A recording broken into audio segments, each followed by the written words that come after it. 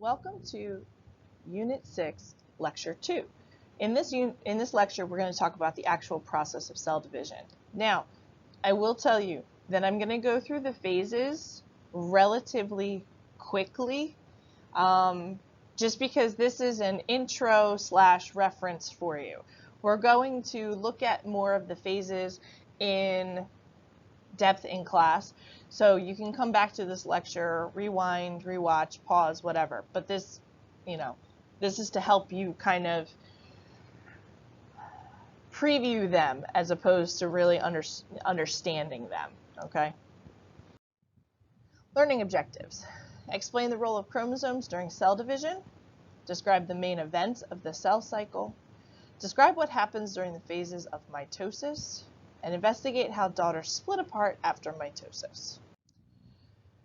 DNA is wound into a package called a chromosome. Now, prokaryotic cells, aka bacteria, only have one chromosome.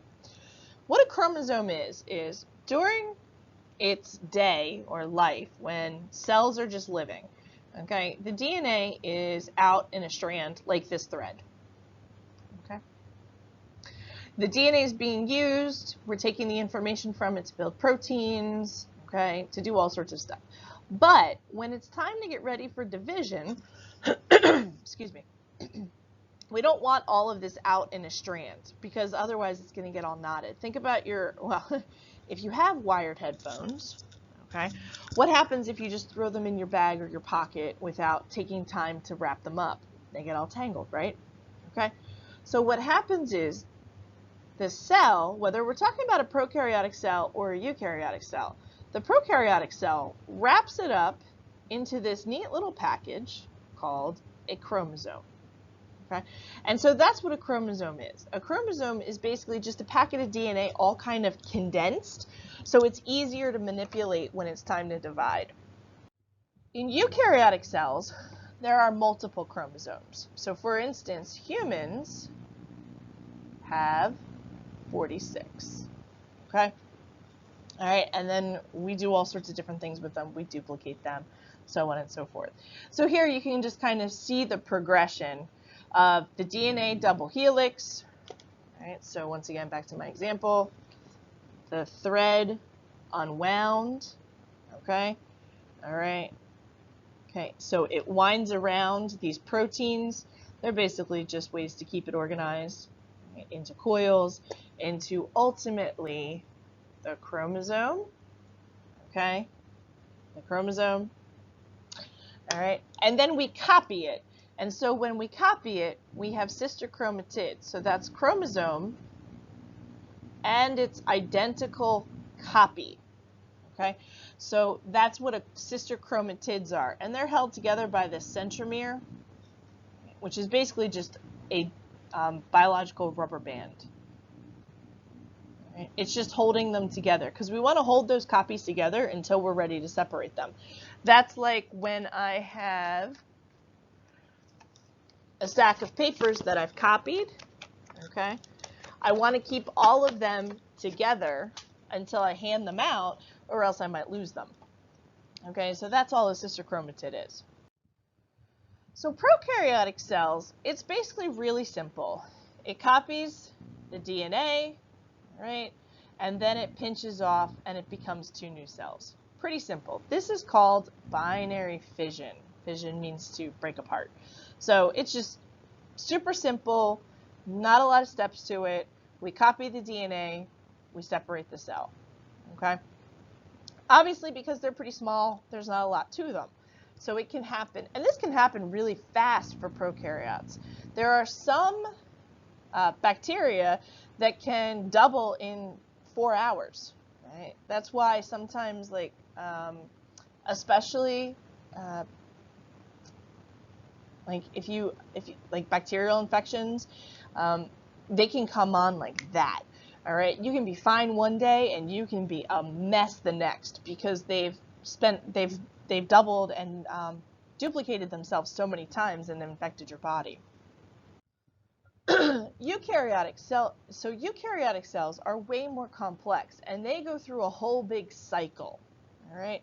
And if you think about this, this is like the life cycle, the day. Okay. It's this usually. All right. It is the same for every single cell. Now, the exact time in each phase can be different.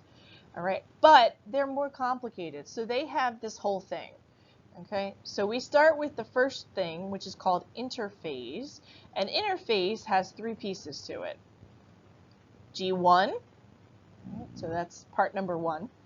Okay, which is just cell growth. This is just the cell living, doing its thing. Okay, it's growing, it's, it's just being a cell, doing its job. Okay, then we get to a point where it's like, ooh, we're getting a little big. What should we do? It moves into step number 2, which is the S phase. That's where the DNA copies in a eukaryotic cell. All right, it's a prescribed point in the cell cycle. All right, once we've copied the DNA and we know that it's copied correctly, we can move into G2 phase, which is the 3rd piece of interphase. Okay, so this is all part of interphase together. And in G2, we realize we need to divide. So we're going to prepare for mitosis, which is going to be division. Then we go into the M phase. Okay, M, which is cell division, is broken down into 2 pieces. Mitosis, okay, which is just the division of the DNA / nucleus. It's the same basic thing. Okay, and then cytokinesis, which is the division of the rest of the cell. Okay, you're in an interesting time. When I was in high school, back in the day, all right, we only had interphase and mitosis, or that was it. All right, but as our technology gets better, we can divide them into different phases. Okay, and we can actually see more of what's happening. So that's super cool because you're learning more in high school than I did. Okay, I had to wait until I got to graduate school to find all this out. Okay, but so that's super cool, right? So we learn more every day. Right? So mitosis is the division of just the nucleus. Okay, and it's broken down into phases PMAT. And like I said, I'm going to go through these really quickly. Prophase. This is where the nucleus condenses and chromosomes become visible. This is basically the start. Okay, things are kind of getting organized, getting ready to move on. Right. Metaphase, M and PMAT. Okay, the chromosomes all line up in the center of the cell, and the spindle, which is actually going to separate them, okay, the spindle connects to that centromere. Because what the spindle is going to do is it's actually going to, okay, so you see the chromatids, centromere, centrioles. What the spindle is going to do is actually pull them apart, and this is anaphase. So this is the A in PMAT. Anaphase is where they actually start separating. It looks kind of like spirit fingers because they're like, whoosh, all right, pulling apart from each other. All right. So the individual, now we've broken the chromosomes apart and we've actually moved them back into their individual chromosomes. So we've taken this is where, a teacher might hand out the papers. Okay, so we've taken the copies and we've separated the copies from each other. And then the last part of mitosis is called telophase, or you'll hear some people refer to it as telophase, depending on where they put the emphasis. Okay, and this is where that nucleus starts to reform. All right, so that nucleus starts to reform. This is almost a point in the cell where you actually see 2 nuclei in the cell. The last piece, and this kind of overlaps with telophase, which is one of the reasons why when I was a kid, when I was your age, it was just telophase. Now we realize that it's 2 separate things are kind of happening. All right, what happens here is that membrane is actually starting to pinch in because ultimately we're going to cut it down the middle like that. So mitosis overview. Okay, so we have interphase, which remember is G1, S, and G2.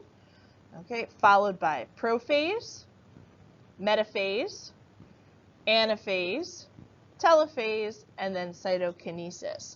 And like I said, we're going to talk about these more in depth in class, where you're going to actually kind of look at them under the microscope and stuff. So I just want, so come back here, come back to this lecture, but that's why if it felt like it was kind of quick, it was. Okay?